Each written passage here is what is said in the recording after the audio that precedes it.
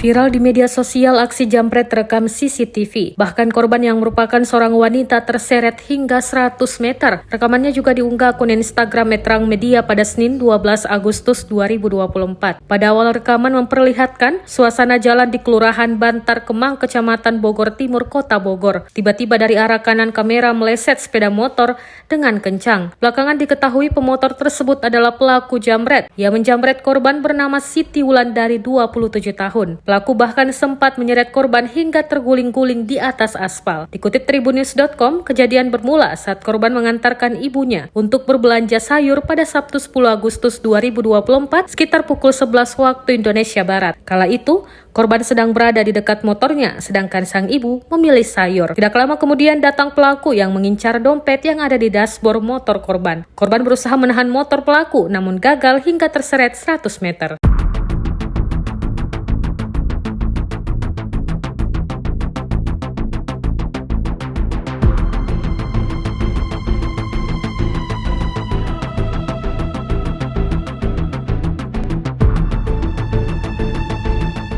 Download Tribun X sekarang, menghadirkan lokal menjadi Indonesia.